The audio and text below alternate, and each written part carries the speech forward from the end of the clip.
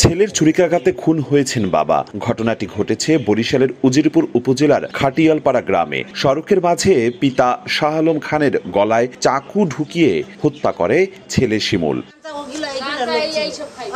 ঘাতক ছেলের দাবি, মায়ের মৃত্যুর পর বাবার দ্বিতীয় বিবাহ ও বাবার পেনশনের টাকা দ্বিতীয় স্ত্রীকে দিয়ে দেয়া সহ নিজের চাকরি ও বিবাহের ব্যবস্থা না করে দেওয়ার ক্ষোভ থেকেই তিনি এই হত্যাকাণ্ড ঘটিয়েছেন। পারিবারিক সমস্যা, আমার বয়স 32, সে আমাকে কোনো লাইনে উঠায় না, আমাকে কোনো প্রতিষ্ঠিত করে না, কোনো ব্যবসা ধরাইয়া দেয় না, কোনো চাকরিতে ইনভলভ করে না। আমার 32 বছর বয়স, আমার একটা ভবিষ্যৎ আছে, আমার বিয়ে শাদী করতে হবে। আমি তাকে যথেষ্টবার বুঝাইছি, সে কোনো কথায় গুরুত্ব দেয় না। সে পরিবারের সবাইকে সব কিছু করে দিছে, আমাকে কিছু করে দেয় না।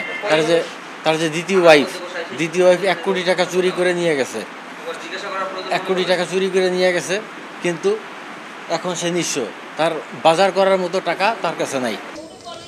তবে নিহতের স্ত্রী ও স্বজনদের দাবি, ছেলে শিমুল মাদকাসক্ত হওয়ায় প্রায়ই পরিবারে অশান্তি করতেন এবং মাদকের টাকার জন্য তার বাবাকে মারধর করতেন।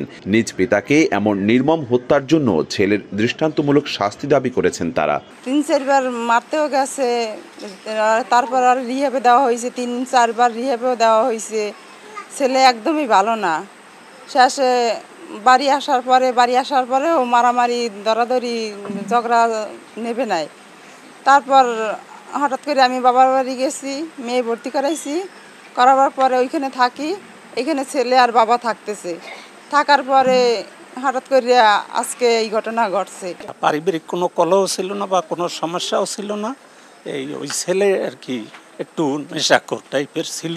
ওই খামখেয়ালিয়া টাকা চাইলে টাকা মানে এখন টাকা দেওয়ার মতন আর তেমন একটা অ্যাবিলিটি ছিল না। এইটাই হলো মেইন সূত্র। পূর্বে থেকে এদের সাথে ভালো একটা সম্পর্ক ছিল, মাঝে মাঝে একটু সম্পর্ক অবনতি হতো বা কিছু।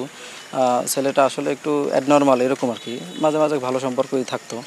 তাই এর বাবা তো এই যে আজকে মারা গেছে আর কি, যে মাইরে ফেলাইছে, সে তো একসময় চাকরি করতো, একসময় ভরণ পোষণ অনেক বেশি টাকা পয়সা দিতে পারতো। এখন তো রিটায়ার্ডে আছে, আগের মতো টাকা পয়সা ওইভাবে দিতে পারে না বা কিছু।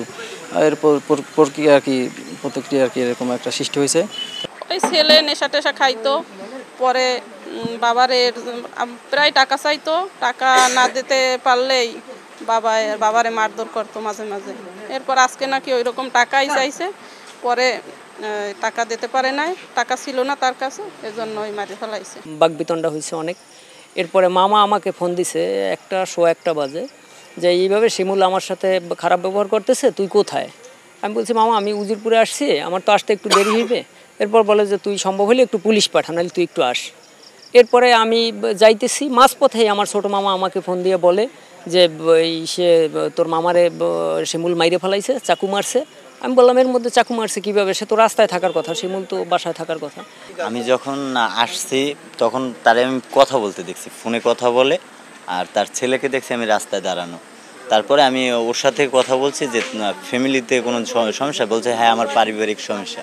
তারপরে আমি একটু সামনে আগাইছি পর একটা চিৎকার শুনছি, চিৎকার শোনার পরে আমার লগে আমার একটা ফ্রেন্ড আছে, লোক আমার বলছে যে দেখ কী হয়েছে। পিছনে ঘুরে দেখে যে তার গলায় ছুরি বসানো। বিগত দিনও এরকম করছে, আর বাপের কয়েকবার মারছে।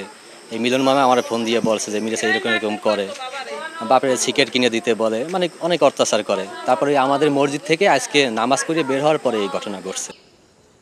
নিহত শাহ আলম খান বিদ্যুৎ উন্নয়ন বোর্ডের অবসরপ্রাপ্ত অ্যাকাউন্টস অফিসার ছিলেন।